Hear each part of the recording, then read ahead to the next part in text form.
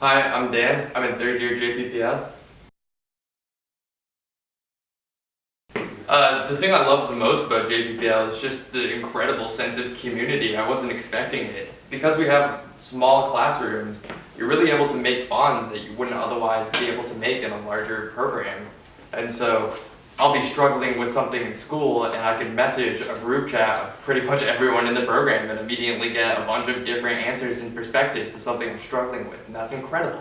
And, the professors know you by name, it's so personalized, it's just such an amazing feeling that I'm so gracious for.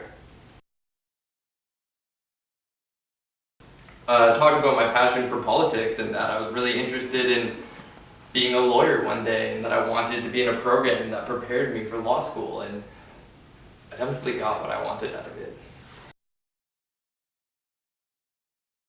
Sorry, caught me off guard. JPPL is difficult, but you definitely get the tools you need to overcome that difficulty, and if it wasn't difficult, it wouldn't be worth it.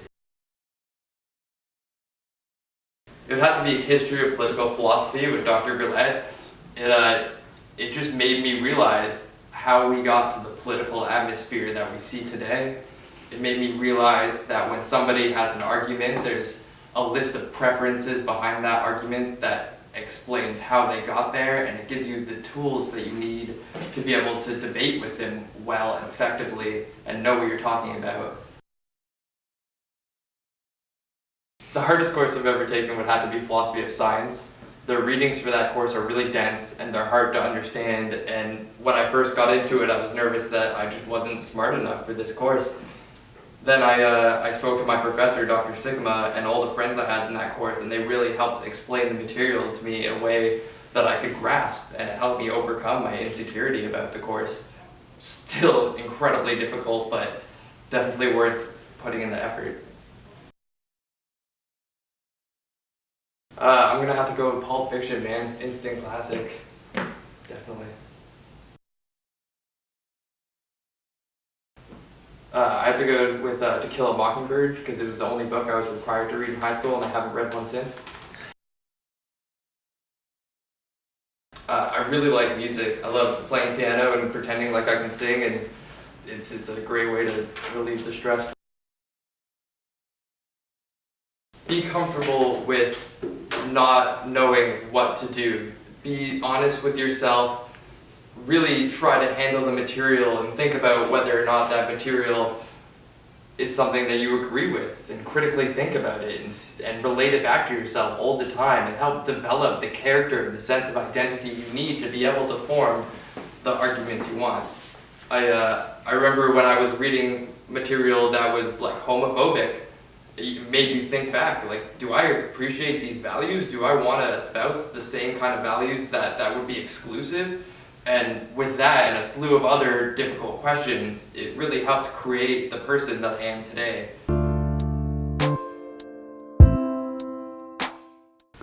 My name is Pearl Bakhtiari and I'm a third year Justice, Political Philosophy and Law student. I have to say that because our program is so small, I really love the community feel that it has to it. You get to know everybody in your classes and you make those connections, and it really comes in handy when you're working on assignments together. I think if I remember clearly, I spoke about my passions about the nature of the program and what I am interested in and what I hope to get out of the program. It's definitely a challenge, but I think that if you are passionate about what you're studying, you should be ready to tackle those challenges and you'll have fun along the way. I've really enjoyed history of human rights and bioethics. Probably Philosophy 2 SO3, which was political theory. It was a lot of content, but it's interesting. I would have to say either Lion King or Forrest Gump.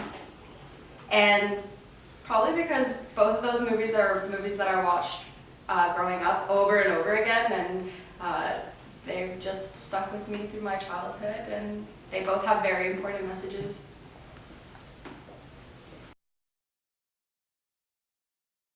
I have to say Candide by Voltaire, which is a book that I read last semester in my French literature class, and it is probably the most influential piece of literature I've ever read. It's about the pursuit of happiness and the challenges that come across when you're on this pursuit of happiness, and it's very insightful about life and gets you really thinking.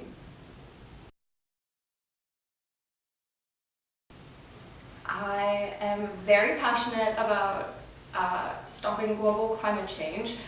It's a very big problem that we're facing today. I would say it's probably the biggest problem that we're facing today, and I would like to take my career in a place where I would be able to tackle that as well.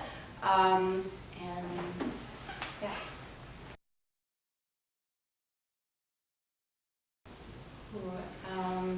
It would definitely be follow your passion, and it's a great program. It's very philosophy heavy, so get ready to tackle that and come in with an open mind and get ready for some abstract thinking.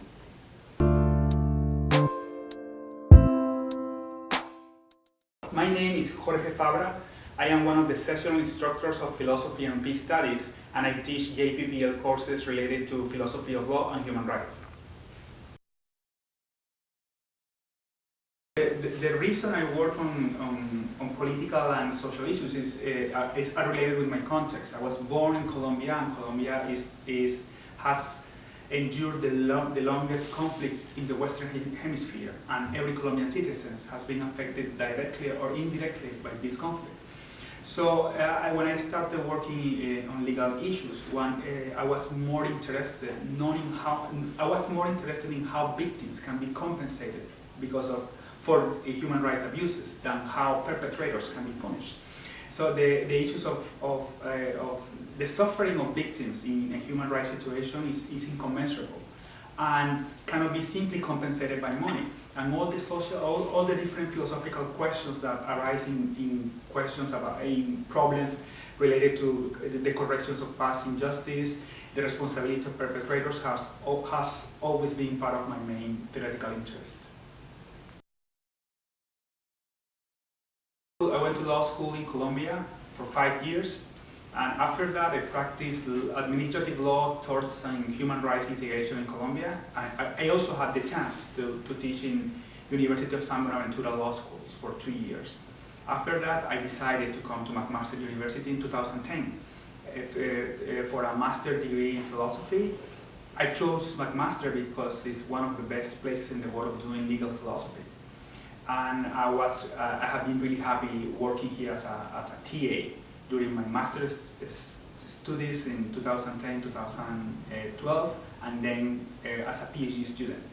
So I work issues related with philosophy of law, especially philosophical problems of non-state law and human rights, questions related to the philosophy of tort law, especially in compensation of victims of human rights abuses, and all sorts of issues at the intersection between political philosophy and peace studies.